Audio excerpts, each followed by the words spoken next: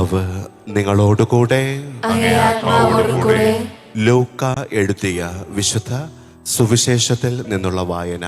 കർത്താവേ, അങ്ങേക്ക് മഹത്വം.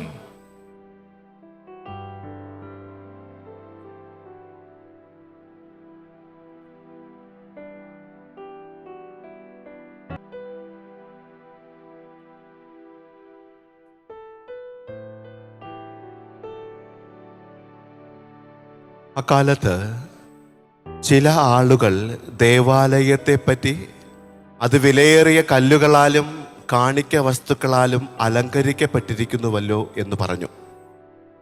അവൻ അവരോട് പറഞ്ഞു, നിങ്ങൾ ഈ കാണുന്നവ കല്ലിന്മേൽ കല്ല് ശേഷിക്കാതെ തകർക്കപ്പെടുന്ന സമയം വരുന്നു.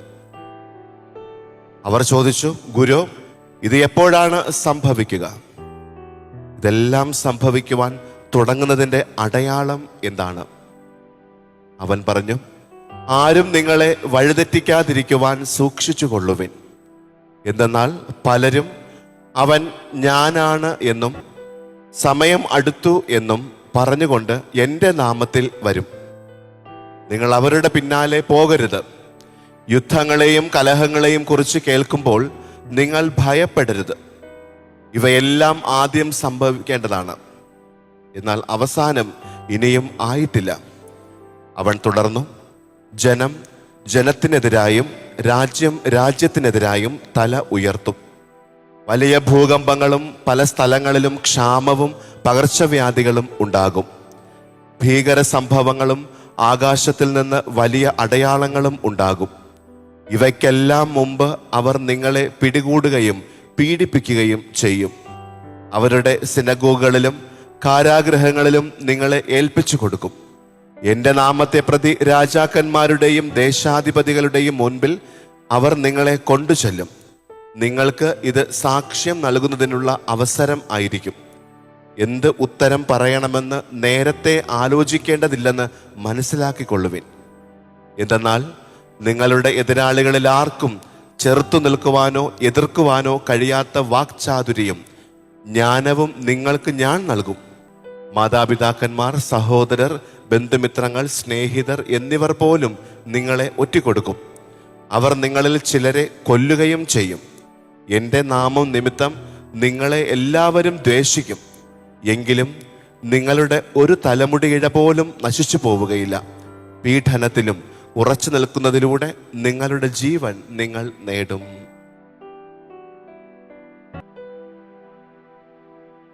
കർത്താവിൻ്റെ സുവിശേഷം. ക്രിസ്തുവേ, അങ്ങേക്ക് സ്തുതി.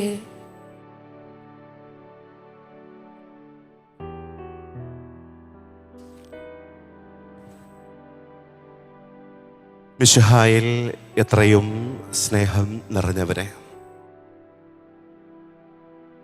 നാം ഇന്ന് ശ്രവിച്ച വചനഭാഗങ്ങളിൽ നിന്നും പ്രധാനമായിട്ടും രണ്ട് ചിന്തകളാണ് നാം ഇന്ന് ധ്യാന വിഷയം ആക്കുവാനായിട്ട് പോവുക.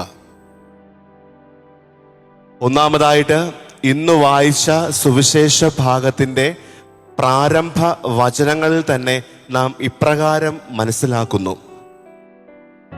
ഈശോ നിൽക്കുന്നത് ജെറുസലേം ദേവാലയത്തിൻ്റെ മുന്നിലാണ്. ജെറുസലേം ദേവാലയം എന്നത് യഹൂദരെ സംബന്ധിച്ചിടത്തോളം അഭിമാനത്തിൻ്റെ ഒരു പ്രതീകമാണ്. നാമൊക്കെ ചങ്കും ചങ്കിടുപ്പും എന്നൊക്കെ പറയുന്നത് പോലെ യഹൂദർക്ക് ആ ഒരു ദേവാലയം എന്ന് പറയുന്നത് ഒരു തലമുറയുടെ തന്നെ ഒരു വലിയ പ്രതീകമാണ്. ഏകദേശം 43-47 സംവത്സരങ്ങൾ എടുത്ത് 10,000-ഓളം തൊഴിലാളികളെ കൊണ്ടൊക്കെ നിർമ്മിച്ച ഒരു ദേവാലയമാണ് ജെറുസലേം ദേവാലയം. ഈ ദേവാലയം എന്ന് പറയുന്നത് അവർക്ക് എല്ലാമാണ്. പ്രത്യേകിച്ച് യഹൂദർക്ക് പ്രതീകങ്ങൾ എന്ന് പറയുന്നത് തന്നെ ഒരു വലിയ കാര്യമാണ്. അപ്പോൾ സ്വാഭാവികമായിട്ടും ഒരു ദേവാലയം എന്ന് പറയുന്നത് അവരുടെ ഒരു പ്രസ്റ്റീജിന്റെ ഒരു വലിയ ഒരു പ്രതീകമാണ്. ആ ദേവാലയത്തിന്റെ മുന്നിലാണ് ഇന്ന് ഈശോ നിൽക്കുന്നത്. ഈശോ അവിടെ നിന്നപ്പോഴത്തേക്കും അവിടെ നിന്ന് കുറേ പേര് ആ ദേവാലയത്തിന്റെ കമനീയതയെ പറ്റി, മനോഹാരിതയെ പറ്റി വാതോരാതെ പറയാൻ തുടങ്ങി. നാം വചനത്തിന്റെ വാക്കുകൾ എടുത്താൽ ഇപ്രകാരം നാം വായിക്കുന്നുണ്ട്: വിലയേറിയ കല്ലുകളാലും കാണിക്ക വസ്തുക്കളാലും, അതായത് അതിൻ്റെ പുറം മോടിയെ കുറിച്ചുള്ള വർണ്ണനകൾ വർണ്ണനാതീതമായിട്ട് അവിടെ ഉണ്ടായിരുന്ന, ദേവാലയത്തിന്റെ മുന്നിലുണ്ടായിരുന്ന ആ യഹൂദര് അവിടെ നിന്ന് ഇങ്ങനെ പ്രഘോഷിക്കുകയാണ്. അപ്പൊ ഈശോ അവരോട്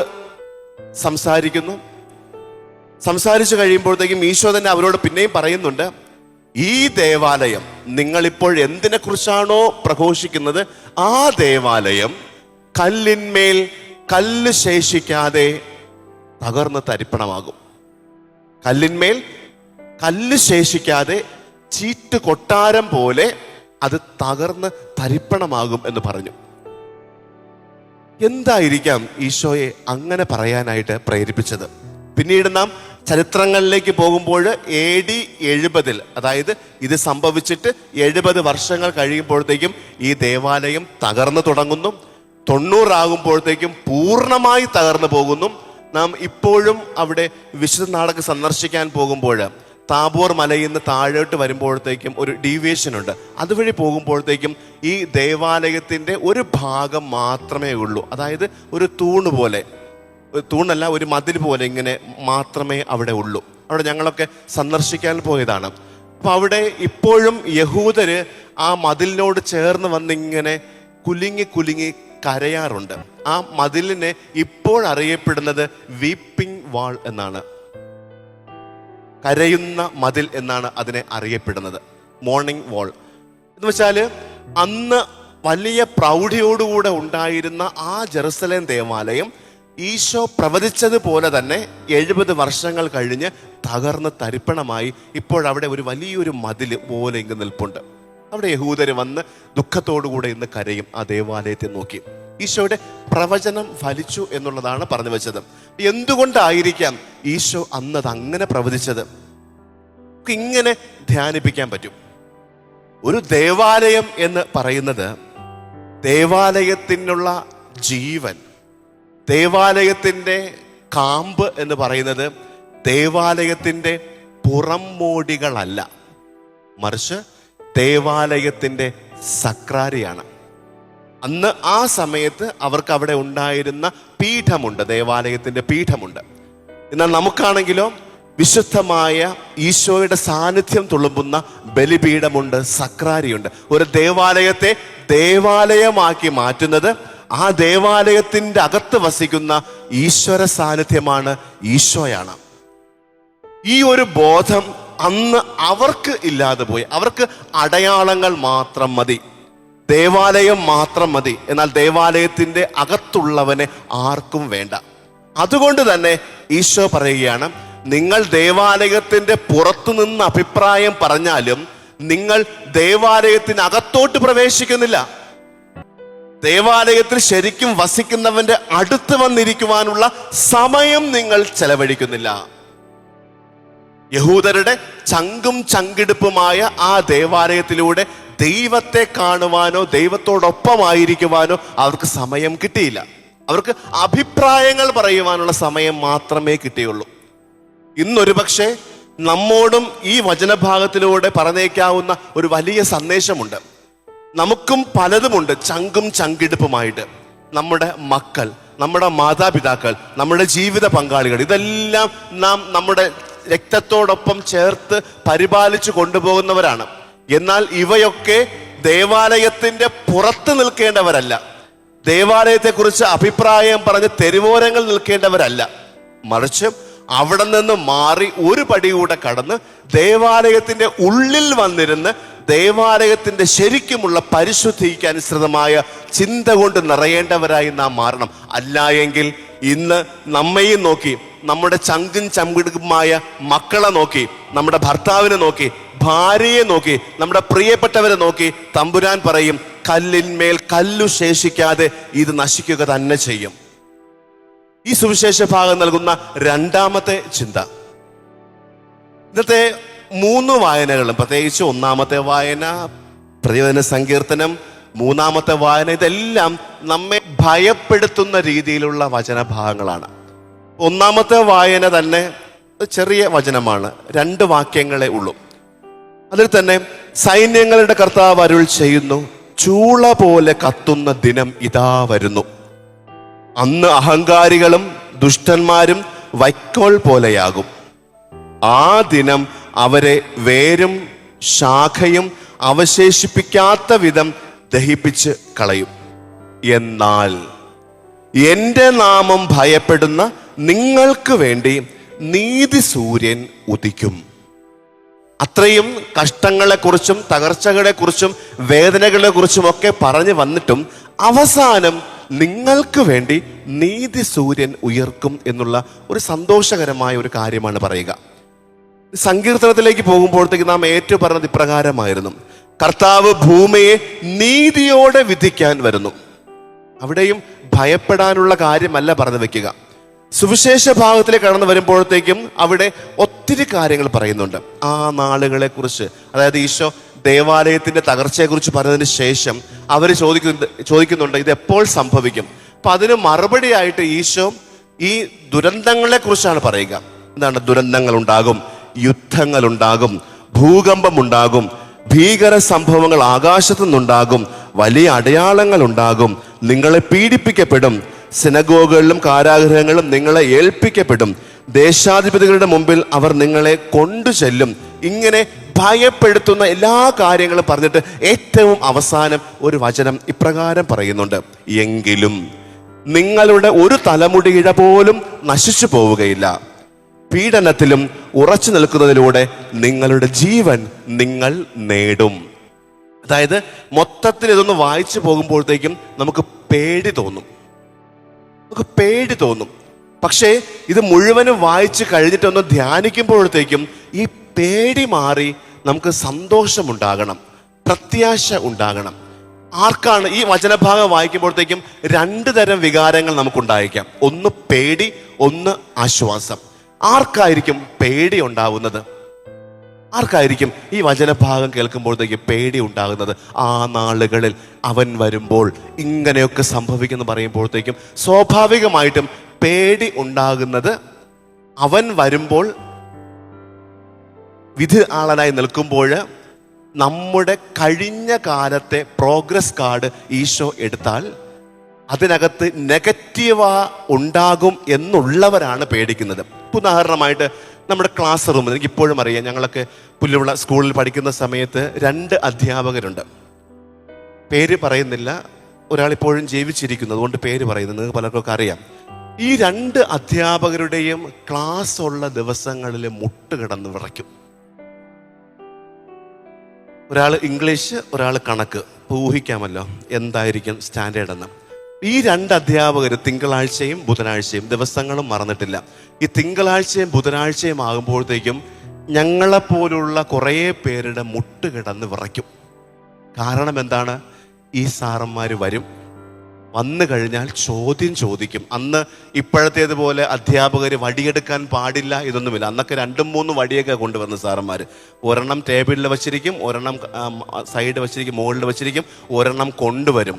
ഇരിക്കുന്ന വടികൾ എന്തെങ്കിലും മോശപ്പെട്ടാൽ കൊണ്ടുവന്ന വടിയെ ചുവയ്ക്കും. ഇനി ഈ 3 വടിയും മിസ്സാവുകയാണെങ്കിൽ അടുത്ത ക്ലാസ് നിന്ന് വാങ്ങിക്കും. അല്ലെങ്കിൽ അടി കൊള്ളാൻ പോകുന്നവനെ ഓഫീസിൽ പറഞ്ഞയച്ച് അവനെ കൊണ്ട് വടി കൊണ്ടുവന്ന് അവനെ അടിക്കുന്ന ഒരു കാലമൊക്കെ അന്ന് ഉണ്ടായിരുന്നു. അപ്പൊ ഈ തിങ്കളാഴ്ചയും ബുധനാഴ്ചയുമുള്ള ഈ ദിവസങ്ങളിൽ നന്നായിട്ട് പഠിക്കുന്നവരുടെയും മുട്ട് വിറയ്ക്കും. പക്ഷെ ക്ലാസ്സിൽ വരാതിരിക്കാനും പറ്റില്ല, സാറ് വീട്ടിൽ വന്നടിക്കും. അങ്ങനത്തെ ഒരു സ്വഭാവക്കാരാണ്. അപ്പം അതുകൊണ്ട് തന്നെ എന്തായാലും അടി ഉറപ്പ്. ഇപ്പം ക്ലാസ്സിൽ പോയി അങ്ങ് വാങ്ങിക്കാം എന്നുള്ളത് മാത്രമേ ഉള്ളൂ. അപ്പം ഈ തിങ്കളും ബുധനും എന്ന് പറയുന്ന ദിവസങ്ങളിൽ എല്ലാവരും പേടിച്ച് വിറച്ച്, സാറ് വന്ന് ക്ലാസ്സിൽ വന്ന് ഡസ്റ്റർ എടുത്ത് ഇങ്ങനെ ബോർഡ് തുടയ്ക്കുമ്പോൾ തന്നെ നമ്മുടെ കൈ കിടന്ന് ഇങ്ങനെ വിറയ്ക്കും. അടി ഉറപ്പാണ്. കാരണം ശരിയായിട്ട് ഉത്തരം പറഞ്ഞാലും സാറ് തെറ്റിപ്പിച്ച് അടി തരും. അങ്ങനെയുള്ള ഒരു സ്വഭാവമാണ്. കാരണം എന്താണ്?